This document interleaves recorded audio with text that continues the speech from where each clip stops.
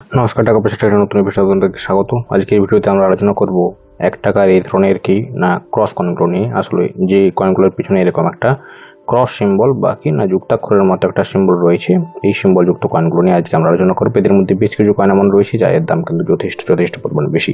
তো চলুন আর সময় নষ্ট না করে ভিডিওটি শুরু করা যাক। আমরা জানি যে এই ধরনের ক্রস সিম্বল যুক্ত অর্থাৎ এরকম প্লাস চিহ্ন যুক্ত যে সমস্ত কয়েনগুলো এগুলো তৈরি করা হয়েছিল আদপে কি না ইউনিটি ইন ডাইভার্সিটি এই থিমের উপর ভিত্তি করে কিন্তু এই কয়েনগুলো বার করা হয়েছিল। এবং এই ধরনের কয়েন সর্বপ্রথম বাজারে আসে 2004 সালে এবং সেটা ছিল একটা 1 টাকার কয়েন। অর্থাৎ এরকম যে 1 টাকার যে কয়েনগুলো যেগুলো ফেরাটিক স্টেনলেস স্টিল দ্বারা তৈরি, এগুলো কিন্তু 2004 সালে সর্বপ্রথম আসে এবং এরকম থিমযুক্ত। এই 2004, 2005 এবং 2006 এই 3 বছর কিন্তু 1 টাকার কয়েনে এই ধরনের কি না ইউনিটি ইন ডাইভার্সিটি থিমে কয়েনগুলো বেরিয়েছিল।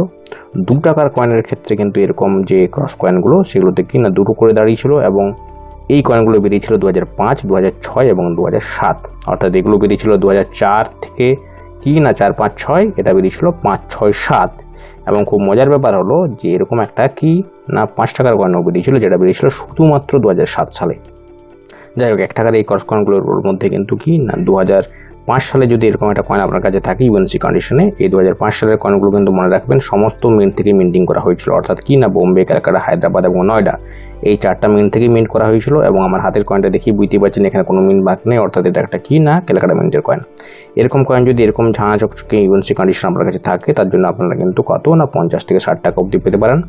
এবং যদি এই 2005 সালের এই কি না বোম্বে মিন্টের কয়েন আপনার কাছে থাকে, অর্থাৎ যেখানে 2005-এর নিচে এখানে একটা কি না ডায়মন্ড মার্ক থাকবে, সেরকম কয়েনের কিন্তু বর্তমান বাজার মূল্য একটু বেশি, ওই 100 থেকে 120 টাকার মতো হতে পারে। সেরকমই 2006 সালে যদি এরকম কয়েন থেকে থাকে, 2006 সালে কিন্তু শুধুমাত্র নয়ডা মিন্ট থেকে 1 টাকার কয়েন মিন্ট করা হয়েছিল। এবং 2006 সালে নয়ডা মিন্টের এরকম একটা কয়েন যদি থাকে, অর্থাৎ এখানে 2006-এর নিচে ছোট ছোট ডট থাকবে এবং থাকবে এরকম ক্রস, সেরকম একটা কয়েনের বর্তমান দাম কিন্তু কত না 120 থেকে 150 টাকা। এবং যে কয়েনটার কথা এখানে উল্লেখ করে নিই, অর্থাৎ 2004 সালের সেই প্রথম যে কয়েনটা, 2004 সালের প্রথম সেই ক্রস কয়েন 1 টাকার, সেরকম কয়েনগুলো বেরিয়েছিল শুধুমাত্র বোম্বে মিন্ট থেকে। এবং এরকম একটা কয়েনের দাম বর্তমানে অত্যন্ত বেশি বেড়ে গিয়েছে। এবং ইউএনসি কন্ডিশন এরকম একটা কয়েন যদি থাকে তার জন্য আপনারা 1500 থেকে 1800 টাকা পর্যন্ত পেতে পারেন। একদম ঠিক শুনেছেন যে 1500 থেকে 1800 টাকা দাম হবে 2004 সালের এরকম একটা বোম্বে মিন্টের ক্রস কয়েনের। তো এই 2 টাকার যে ক্রস কয়েনগুলো রয়েছে সেই 2 টাকার ক্রস কয়েনগুলোর মধ্যে খুব একটা বেশি দামি ভ্যারাইটি সেরকম কিছু নেই। কিছু মিউল এবং কিছু ওএমএস ভ্যারাইটি রয়েছে যেগুলো নিয়ে আমরা অলরেডি কিছু ভিডিও বানিয়েছি এবং কিছু ভিডিও পরে বানাবো। তাই নিয়মিত আপডেট পেতে চ্যানেলটা অবশ্যই সাবস্ক্রাইব করে রাখবেন।